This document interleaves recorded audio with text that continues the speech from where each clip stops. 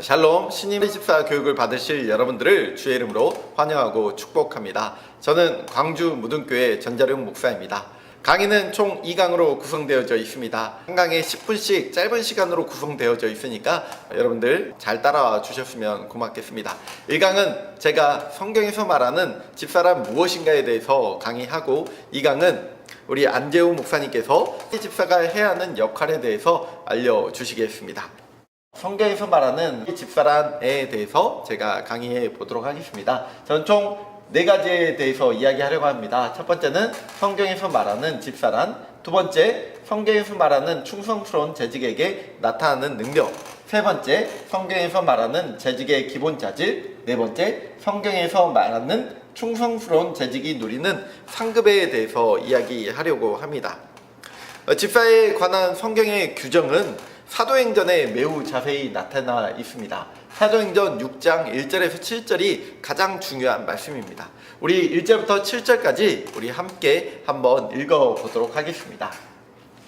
그때의 제자가 더 많아졌는데 헬라파 유대인들이 자기의 과부들이 매일의 구제에 빠짐으로 히브리파 사람을 원망하니 12사도가 모든 제자를 불러 이르되, 우리가 하나님의 말씀을 제쳐놓고 접대를 일삼는 것이 마땅하지 아니하니, 형제들아 너희 가운데서 성령과 지혜가 충만하여 칭찬받는 사람 7을 택하라. 우리가 이 일을 그들에게 맡기고 우리는 오로지 기도하는 일과 말씀 사역에 힘쓰리라 하니, 온 무리가 이 말을 기뻐하여 믿음과 성령이 충만한 사람 스데반과 또 빌립과 브로고로와 니가노르와 디몬과 바메나와 유대교에 입교했던 안디옥 사람 니골라를 택하여 사도들 앞에 세우니, 사도들이 기도하고 그들에게 안수하니라. 하나님의 말씀이 점점 왕성하여 예루살렘에 있는 제자의 수가 더 심히 많아지고 허다한 제사장의 무리도 이 도에 복종하니라. 아멘. 우리 여기에서 몇 가지 질문을 해보고 거기에 대한 답을 찾아가 보고자 합니다.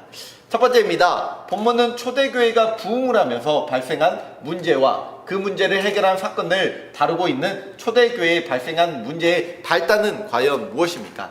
1절에 나와 있습니다. 바로 1절에 헬라파 유대인들이 자기 과부들이 매일 구제에서 빠짐으로 히브리파 사람을 원망한 것이 그 발단이 되었습니다. 그래서 이러한 문제들을 사도들이 직접 해결하다 보니 그들도 어려움에 처하게 되었습니다. 바로 말씀을 제쳐놓고 그들 역시 접대를 일삼게 되었다는 것입니다. 그러자 사도들이 이 문제를 해결하기 위하여 어떠한 결정을 내리게 되었습니까? 3절에 보니 성령과 지혜가 충만하여 칭찬 듣는 사람 몇 명이요? 7을 택하라. 우리가 이 일을 저희에게 맡겼다라고 이야기하고 있습니다. 그래서 결국 초대교회는 7명의 집사를 택하였습니다. 초대교회에서 집사를 선택한 기준이 무엇이었겠습니까? 바로 3절과 5절에 나와 있는데, 성령과 지혜와 믿음이 충만하여 칭찬받는 사람 7명이 택하게 되어졌습니다. 그들을 집사로 세울 때 사도들은 어떻게 했습니까? 6절 말씀에 사도들 앞에 세우니 사도들이 기도하고 그들에게 안수했다고 기록하고 있습니다. 마지막 5번째로 초대교회가 집사를 임명하여 일을 맡기고 사도들은 자신의 고유한 사역에 전념하게 되자 어떠한 일이 일어났습니까? 이 말씀이 중요합니다. 하나님의 말씀이 점점 왕성하여 예루살렘에 있는 제자의 수가 더 심히 많아지고 허다한 제사장의 무리도 이 도에 복종하니라. 아멘. 여러가지 많은 일들 가운데 이제 집사의 일을 따로 떼어줬더니 그 일이 오히려 복이 되어서 하나님의 나라가 점점 더 흥왕하고 왕성하여졌다는 게 바로 7 집사가 나타난 배경이라는 것입니다. 두 번째로 성경에서 말하는 충성스러운 재직에 나타나는 능력을 한번 보고자 합니다. 첫 번째는 은혜와 권능이 충만해졌습니다. 이제 스데반의 7 집사 중에 한 명이거든요. 이 스데반이 돌에 맞아가면서까지 하나님의 복음을 증거했지 않았겠습니까? 그게 사도행전 6장 8절에 기록되어 있습니다. 스데반이 은혜와 권능이 충만하여 큰 기사와 표적이 나타나고 있다고 말씀합니다. 큰 기사와 표적을 민간에 행하게 되었습니다. 성경에서 나타난 이 충성스러운 재직이 나타나는 역할들과 능력들이 바로 이러한 능력들이 일어난다는 것입니다. 두 번째로 이제 빌립을 볼 수가 있는데요. 7 집사 중에 한 명에 빌립이 들어갑니다. 능력으로 전도하며 삶의 변화를 주게 되었습니다. 사도행전 8장 5절에서 8절에 빌립의 전도 여행이 나오게 되는데요. 이 말씀 한번 읽어보도록 하겠습니다. 빌립이 사마리아 성에 내려가 그리스도를 백성에게 전파하니 무리가 빌립의 말도 듣고 행하는 표적도 보고 일심으로 그의 말하는 것을 쫓더라. 많은 사람에게 붙었던 더러운 귀신들이 크게 소리를 지르며 나가고 또 많은 중풍병자와 안진뱅이가 나으니 그 성에 큰 기쁨이 있더라고 말씀하고 있습니다. 즉 하나님의 은혜를 받고 능력을 받았다는 것입니다. 그래서 빌립은 또 어떤 일들을 했느냐, 바로 에티오피아 내시에게 복음을 전하게 되어 이방 국가를 변화시키는 놀라운 은혜까지 얻게 되었습니다. 여러분, 집사의 능력 받고 싶지 않으십니까? 하나님의 능력이 여러분들에게도 임하기를 축복합니다. 세 번째, 우리 성경에서 말하는 세 번째 재직의 기본 자질에 대해서 살펴보고자 합니다.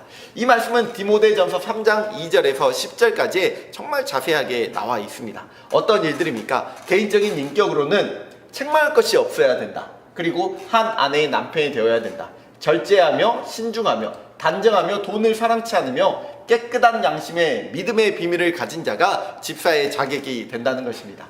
또한 대인관계에서도 나그네를 대접하며 가르치기를 잘하며 술을 즐겨하지 아니하며 일구이연하지 않으며 구타하지 않으며 오직 관용하며 다투지 아니하며 더러운 일을 탐하지 않는 자가 되어야 된다는 것입니다. 또한 가정생활에서는 자기의 집을 잘 다스려 자녀들로 모든 공손함으로 복종케 하는 자가 되어야 되고, 교회 생활 또한 역시 자기 집을 잘 다스려 돌아보는 마음으로 교회를 돌아보는 자가 집사의 자격을 갖추고 있다는 것입니다. 그래서 결론으로 디모데전서 3장 10절은 이렇게 이야기하고 있습니다. 이에 사람들을 먼저 시험하여 보고 그 후에 책망할 것이 없으면 집사의 직분을 맡게 할 것이요. 아멘. 여러분들, 우리 인간은 참 부족하잖아요. 그럼에도 여기에 정말 합당하지 않을 수도 있습니다. 그러나 여기에 대해서 우리가 합당하게 행할 수 있도록 좀 더 노력하고 그렇게 살아가야 될 것입니다. 그래서 책망할 것이 없으면 집사의 직분을 맡게 한다고 했는데, 정말 우리 부족하지만 이런 일에 우리가 책망할 일이 없을 수 있도록 우리가 잘 감당해 나가셨으면 좋겠습니다. 우리 마지막으로 성경에서 말하는 충성스러운 재직이 누리는 상급에 대해서 살펴보고 마무리하려고 합니다. 여러분, 이렇게 재직을 받게 되면 또 하나님께서 놀라운 축복을 우리에게 허락하여 주십니다. 첫 번째는 아름다운 지위를 얻게 된다고 말씀하고 있습니다. 그리스도 안에 있는 믿음의 큰 담력을 얻게 된다. 바로 디모데전서 3장 13절의 말씀인데요. 집사의 직분을 잘한 자들은 아름다운 지위와 그리스도 예수 안에 있는 믿음의 큰 담력을 얻느니라. 아멘. 우리 이렇게 살아갈 수 있기를 바랍니다. 세 번째, 모든 선한 일에 열매를 맺게 된다고 이야기합니다.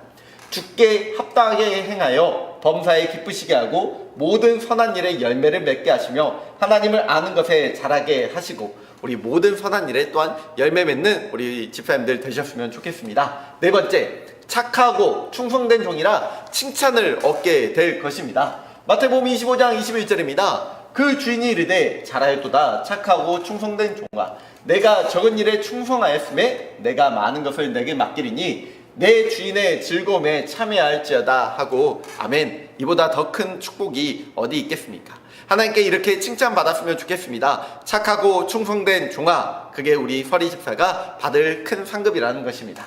다섯 번째, 주인으로부터 신임을 얻게 됩니다. 내가 진실로 너희에게 이르노니 주인이 그의 모든 소유를 그에게 맡기리라. 여러분, 믿지 않으면 맡길 수가 없는 것입니다. 하나님께서 맡겨주실 때 그것들을 잘 관리하여 이 땅의 청지기로서의 삶을 또한 잘 살아가시기를 바랍니다. 영원한 상을 얻게 된다고 요한계시록에 이야기하고 있습니다. 보라, 내가 속히 오리니 내가 줄 상이 내게 있어 각 사람에게 그가 행한 대로 갚아주리라.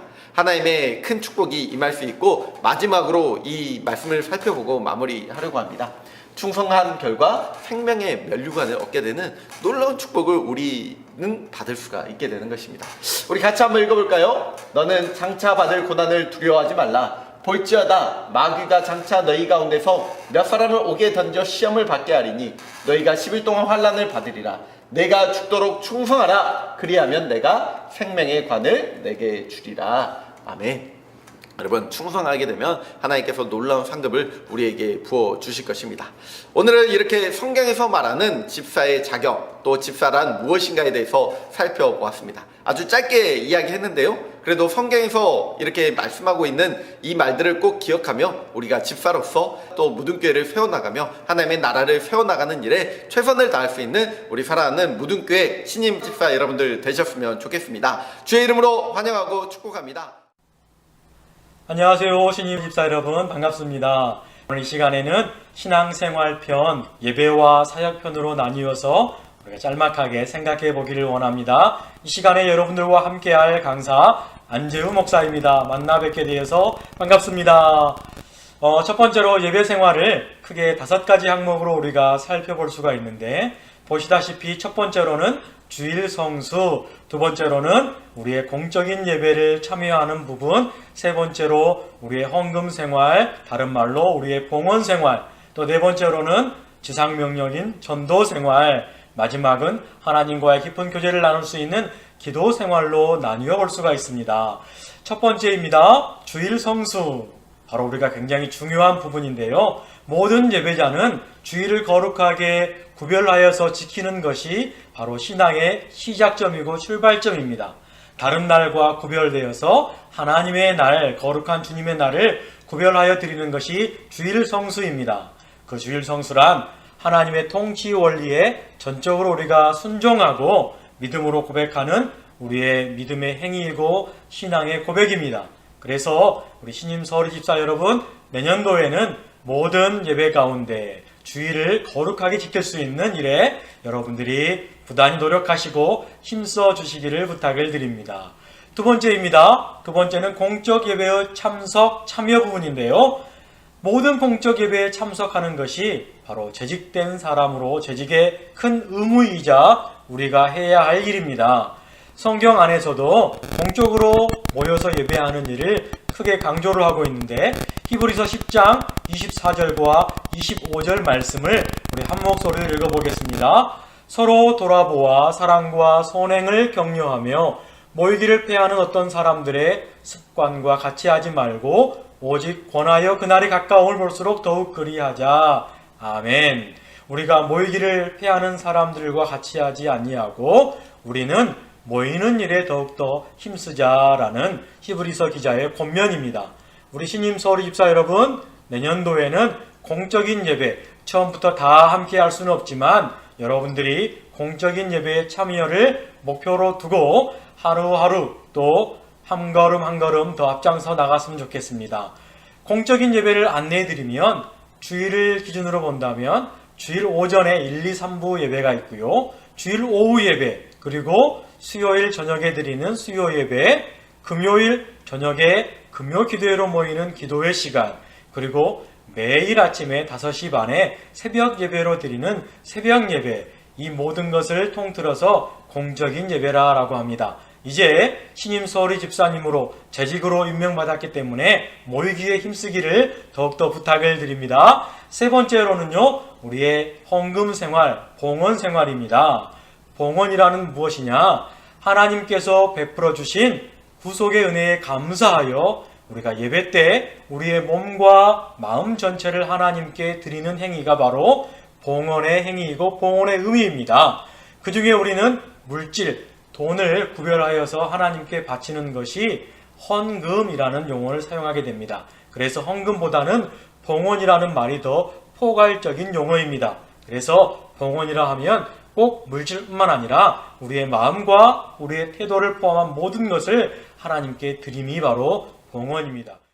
그러면 우리는 왜 헌금해야 하는가? 성경 말씀을 함께 보기를 원하는데 총 3구절을 가지고 왔습니다. 출애굽기와 역대상, 잠언의 말씀인데 우리 한 절씩 읽어보겠습니다. 출애굽기 23장 25절에 구원의 은혜를 받았으므로 빈손으로 내 앞에 나오지 말라. 하나님의 구속에 감사하여, 구원에 감사하여 우리가 헌금하고 봉헌해야 하는 의미가 담겨 있고요.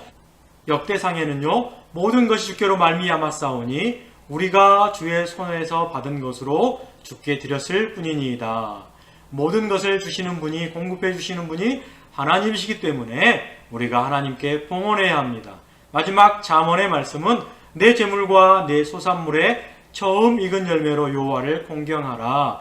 우리의 처음 익은 열매를 하나님께 드림으로 말미암아 하나님을 경외하는, 공경하는 일이 됨을 기억하시고 우리 재직으로서 헌금생활, 봉헌생활에도 힘써 주시기를 당부를 드립니다. 특별히 우리 무등교회만의 특별한 전통이 있는데 바로 이 하얀 무지봉투입니다. 저희 무등교회는 모든 기도의 제목들, 감사의 제목들, 헌금의 종류 목적대로 무지봉투에 여러분들이 친히 집에서 쓰셔서 하나님께 예배 때 봉헌하신다면 그것이 하나님이 기뻐하는 또 제물로 예물로 받으실 것입니다. 여러분 헌금 생활에 또 여러분들이 적극적으로 협력해 주시기를 바랍니다. 자, 네 번째입니다. 바로 전도 생활인데요. 전도는 예수님의 지상 명령이라고 마태복음 마지막 28장에 나와 있습니다. 교회가 존재하는 가장 큰 목적은 영혼 구원을 통한 교회의 성장입니다. 왜냐하면 교회의 머리 되신 분이 예수 그리스도시고 우리는 그 머리에 붙어있는 지체로서 유기체로서 교회는 성장해야 합니다. 그래서 우리가 전도해야 하고 지상 명령대로 순종해야 합니다. 그러므로 재직은 주님의 복음과 사랑에 대한 확신을 가지고 복음을 전하는 그리스도의 증이 되는 일에 앞장서며 본을 보여야 합니다. 여러분 주변에 아직 믿지 않는 미래의 크리스찬들을 향하여 여러분들이 불령의 열정을 가지시고 복음 전도하는 일에도 최선을 다해 주시기를 부탁을 드립니다. 마지막 다섯 번째인데요. 기도 생활입니다.